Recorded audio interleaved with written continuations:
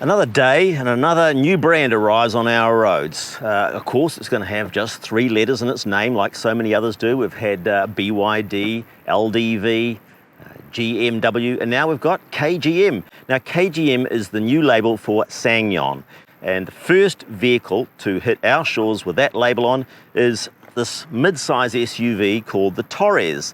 Now, the Torres comes in 2-wheel drive and 4-wheel drive petrol variants, but they're not here just yet when I'm recording this video. The first one to hit our shores in New Zealand is this one, the full electric EVX.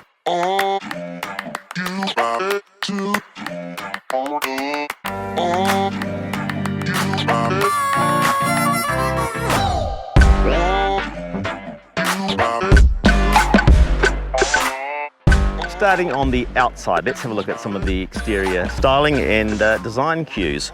Well, the design cue for me at the front here in the middle comes from Jeep. Around the front corner here, there's lights arrangement. That to me says Range Rover, as does this sort of suggested clamshell bonnet. Profile, yeah, well, it's not unpleasant, is it? It's actually quite a chunky look. It's got this interesting wedgy action going on here with the roofline rising and then dropping back down past the C-pillar. Comes on 20-inch wheels. The petrol ones might come on 18s, we think, but these are a 20-inch wheel on the electric version, the EVX, and it does look quite an appealing lump of SUV. Now, the rear is possibly the area where the Torres starts to lose a little bit of its style and its focus. This raised section here suggests a spare wheel cover, doesn't it, you know? But it's only a faux spare wheel cover. There's nothing under there. There's no spare wheel. In fact, it's just a tyre repair kit that you get with this vehicle. So, yeah, that's not really doing it for me. This is a bit of a trick. As you know, it's not a side hinged door, as this handle would suggest. It is, in fact, a top hinged tailgate. So yeah, the car has what you'd say, I guess, is derivative styling. It certainly turns heads on the road, I've noticed, when I've been driving it around. Particularly from the front, people have been quite intrigued by it. They sort of like have the open mouth look as you drive by. At the rear, they tend to lose interest and move on to what they were doing beforehand. So I think, as probably most people would, that the rear of the Torres is its weakest link in terms of styling. Now, while we're on the subject of the rear of the vehicle, let's take a look inside the boot. It is quite a substantial boot too. It's 703 litres with the rear seats folded up, but fold them down and you've got a whole 1,662 litres, which is quite a considerable amount of room. Now, they do offer an inflatable bed that goes in here, so you could actually sleep on here, although be aware that the rear seats, when they do fold down, do not fold completely flat against the floor. So you might have a little bit of a crook back next morning if you're sleeping in here. Inside the Torres, it's pretty nicely appointed.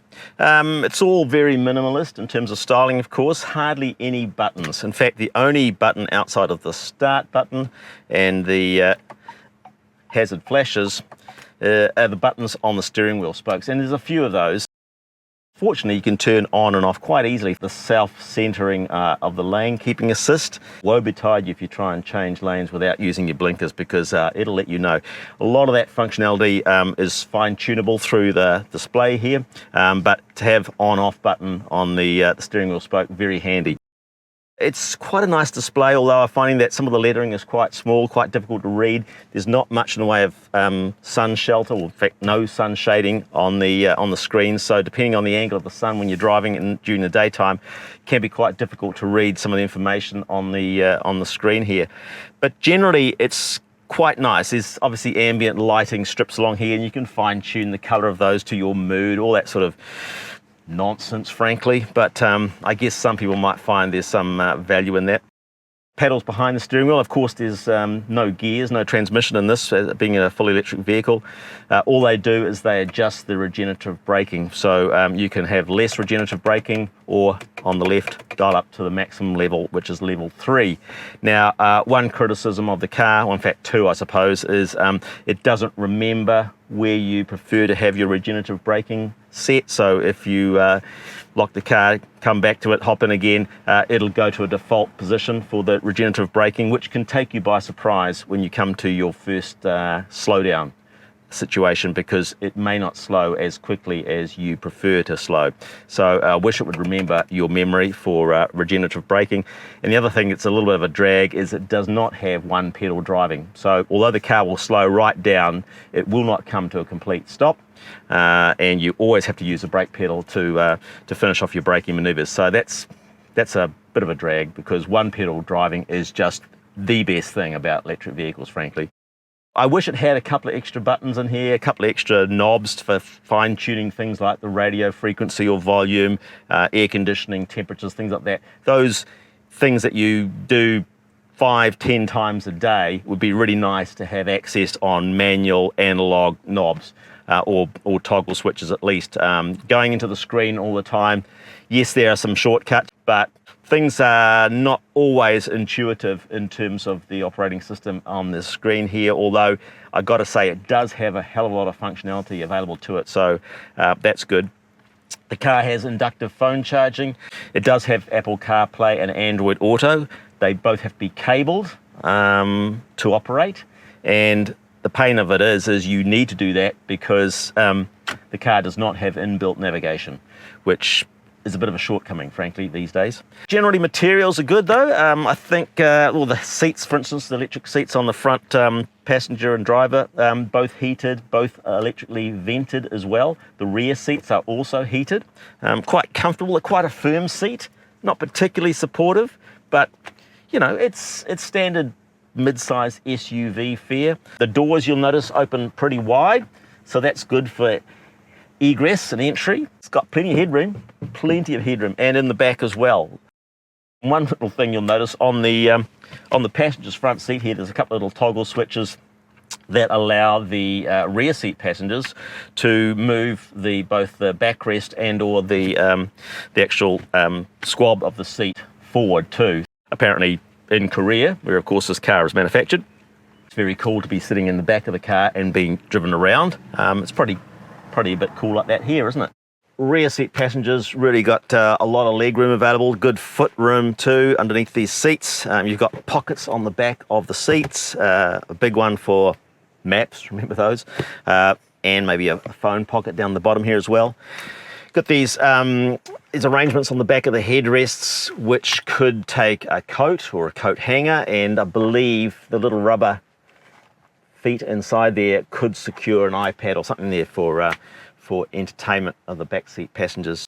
You can legitimately get a third adult sitting in the middle of the back seat here. Of course, you're sitting up a little bit higher than the two outside seats, and you're sitting a little bit further forward because you've got the armrest, which contains a couple of cup holders as your backrest. So not quite as comfortable as the outside seats, but certainly in terms of shoulder width, hip width, and certainly headroom as well. This car's got heaps of headroom, no problem at all.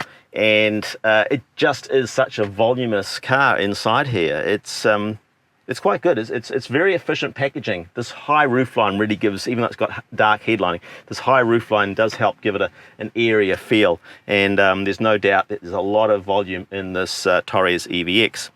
Yeah, nice, quite nice. Now, it's a front-wheel drive vehicle, so there's no storage up front here. This is where the motor lives. It's a 150 kilowatt motor, and it produces 339 kilowatts of torque. KGM claim a 0 to 100k time of 8.1 seconds, which is, you know, it's okay. I mean, the thing weighs 1915 kgs, so for something 2 tons that's driven by 150 kilowatt single axle motor, that's okay. You know, you could survive with that. Yeah, chimes and bing bong little alert signals, you get used to that. Well, you don't really get used to it, but you get a lot of it, that's for sure. There is a way of silencing a few of them, but not all of them. So because vehicles these days are so infotainment and electronically oriented, if you like and can think, oh, hey, The radio doesn't remember that I muted it either. That's another thing that the car doesn't memorize when you jump back into it. It doesn't remember that you like your radio muted. What it does remember though, which some vehicles don't do, is it does remember that you like auto hold on the handbrake. So that's great. What do you think of this? That's the blinker noise. It's really loud. It's surprising. It may not come across on the microphone, but it actually is quite annoying. So little things like that. Yeah, a little toggle switch here for the transmission. It generally works quite well. Sometimes you have to, if you want to go from drive to reverse, you need to hold it there or else double tap it. Little things like that, who cares? Great cameras on this vehicle, gotta say, great cameras. 3D perspectives available, 360 degrees available to you. You can even have the car display what direction your front wheels are pointing, if you can't tell that out already by the hole in the hedge you've just been through. But yeah, little things that are kind of interesting and a little bit, I don't know, technology for technology's sake maybe. But yeah, kind of nice. But a lot of it is set and forget. Some things, unfortunately, I can't set and I can't forget about it either. Things like the radio. When I picked the car up, somehow I managed to tune the radio stations to the ones I wanted. But do you think I can do that now? And why would I need to change that? Well, because this car has, I don't know if it's this particular unit or not, but I had the screen just go blank one time. I was driving along, and I know you can turn the screen off, and I hadn't done that. Promise, KGM, I had not done that. And the screen just went black, completely black. And I ended up pulling over and turning it off at the wall and jumping back in again, and it was fine again. But since then, the radio seems to be working with its own mind. I can't seem to store a station like, you choose a frequency and then you hold the button in, hold the selection in, and it assigns it to whatever number you want it to assign to. Can't do that anymore. Cannot do that. I don't know. It must be me. Surely the car, it's not at fault. It must be me. Anyway, these little things are sent to try us these days. The car has got a claimed WLTP range of 462 Ks, which is pretty good. When I picked it up with a fully charged battery, it displayed 438 Ks as my anticipated range, which again, it's okay. I mean, it's 1915 kgs, it's a big box, it carries a lot of people and space and luggage and technology around, so yeah, I think you can get by with 400, just over 400 Ks. On the battery side of things, it's a 73.4 kilowatt hour battery, and it's made by BYD. So it uses their blade technology, and it's a lithium iron phosphate battery, which are regarded as safer than other battery types. Now the battery is warranted in New Zealand for 10 years or 1 million kilometers, whichever comes first. So I think it's the first vehicle that I've encountered that has a 1 million kilometer battery warranty on it.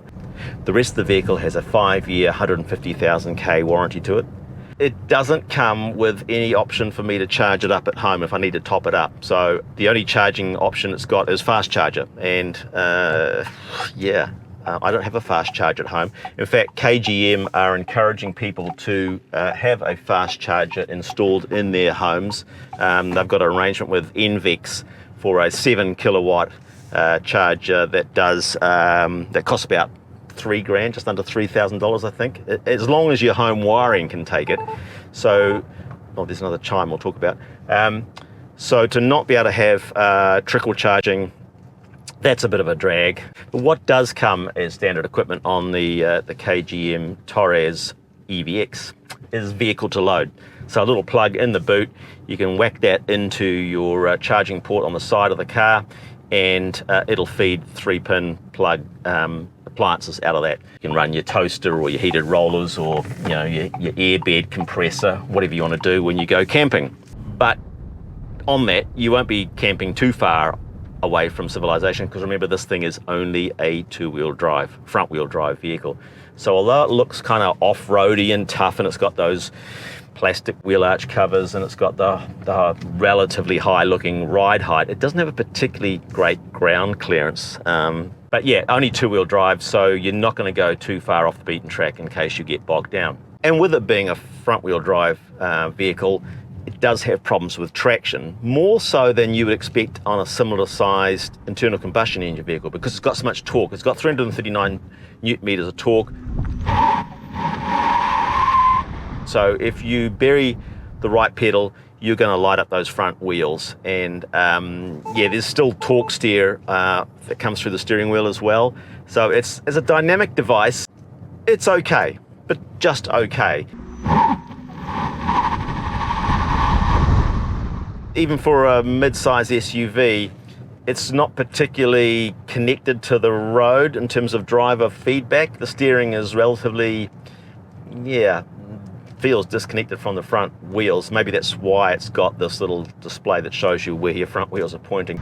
I imagine that people who are buying vehicles in this class, they're not really looking to press on around a lot of tight and twisty roads. It's not going to deliver scintillating scything through corners. There you go. It's not meant to, is it? The vehicle is rated to tow 1500 kgs braked or 500 kgs unbraked. It does have a bit of wind noise at speed, I noticed. About 100 kilometers an hour, our national speed limit here in New Zealand, along the motorway. If it's smooth tarmac, you don't really hear anything of the tyres. That changes when you go onto our rough chip roads. You get quite a lot of road roar through those 20-inch tyres and wheels. But you always get quite a lot of wind noise. It seems to be coming around the front of the windscreen or the A-pillars here. Yeah, quite pronounced actually for a vehicle of this size and class, whereas everything else inside here really quite muted. Of course, no engine sound, no transmission sound, no nothing sound except bings and bongs from whatever you've done wrong or you're about to do wrong that the vehicle has identified and is alerting you to. In normal running around on the open road and in suburban environments, car's a nice companion. Visibility's good, set up quite high. I mean, obviously the rear three-quarter is a bit compromised by those heavy, thick C-pillars. The electronics in this dashboard, look, I'm really uncertain about. See, now the screen is completely black except for, yeah, there's, I don't know what's going on. There must be something I'm missing or something the car's missing. It's like a, I don't know, it's like a cell phone that's been dropped in the tide and needs to spend some time in the hot water cupboard. It's got that sort of, things aren't quite right with the electronics, I don't feel. Oh, those little handle things on the bonnet, don't plan on using them for anything. They are just plastic. Don't think about lashing down a deer or something from your hunting expedition to the bonnet using them. They're just for styling and styling alone. And that's kind of a shame because the car doesn't need that sort of trivial detail to make it appealing, I feel. And in some way, things like that diminish the validity of the vehicle, I'd say. Now, the price. $67,990 is the list price for the Torres EVX, but as an introductory offer, KGM New Zealand are offering a $1,000 discount, so $66,990 for the first 40 cars sold. Now, how long is it going to take to sell 40 of these things? I don't know, a week, a month, a year, 5 years? I don't know, but if you get in early, you can save yourself $1,000 and pay $66,990 for your Torres EVX. A pretty good value package, I think. Accommodations, can't complain, plenty of room, plenty of volume, plenty of leg room, plenty of knee room, head room, all those things that you want from an SUV. Thank you for your time, and like to hear your comments in the comments fields below about what you think about KGM, what you think about the Torres, what do you think about the EVX, and what do you think about battery electric vehicles in general. Again, thanks for watching CarNut. See ya.